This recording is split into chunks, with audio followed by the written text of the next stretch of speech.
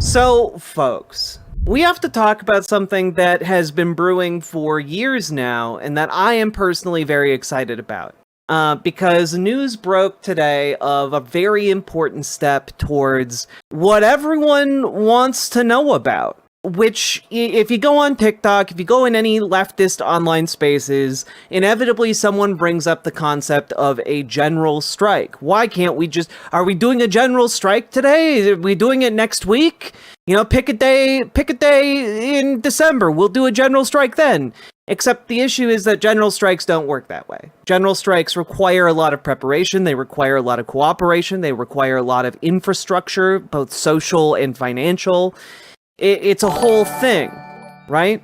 Brecco, thank you for subscribing with Prime. And today marked a pretty interesting development as we move towards a general goal for a general strike. And that is very specifically that the North Carolina AFL-CIO has backed a May Day 2028 plan.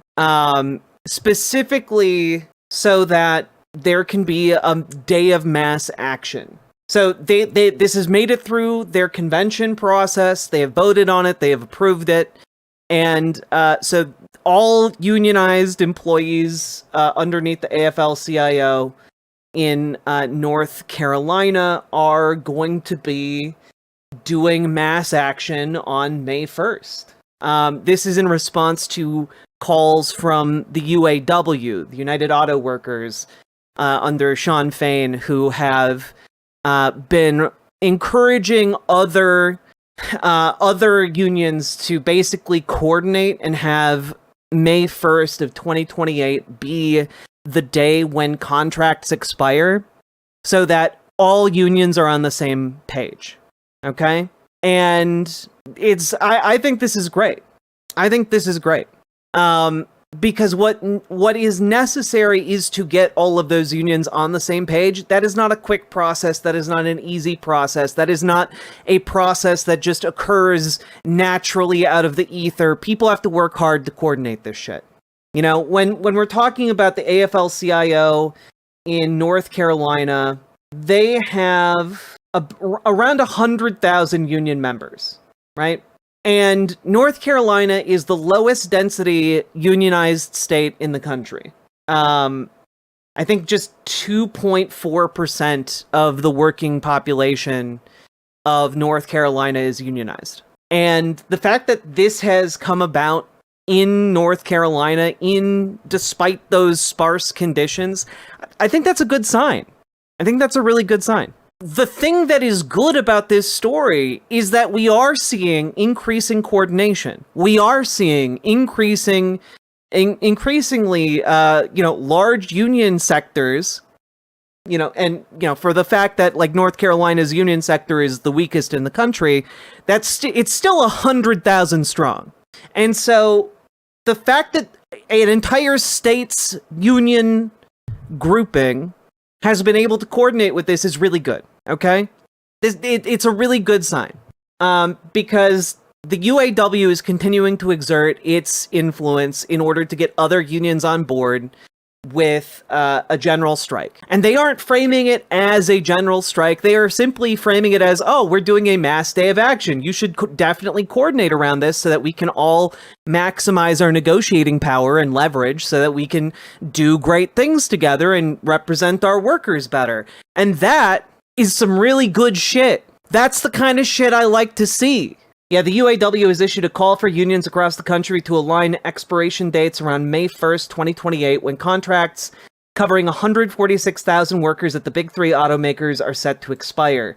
Quote, if we're going to truly take on the billionaire class and rebuild the economy so it starts to work for the benefit of the many and not the few, then it's important that we not only strike, but that we strike together. That is from UAW President Shawn Fain, and he is correct. He is correct. It needs to be something that is coordinated. How are they going to throw a fundraiser and maybe create a committee? What are you talking about? Didn't he vote for Trump? Shawn Fain didn't vote for Trump. You're thinking of the guy who heads the Teamsters union. I forget what his name is. I think his name is O'Brien, maybe? I might be wrong. Sean O'Brien. Yes, the two Seans.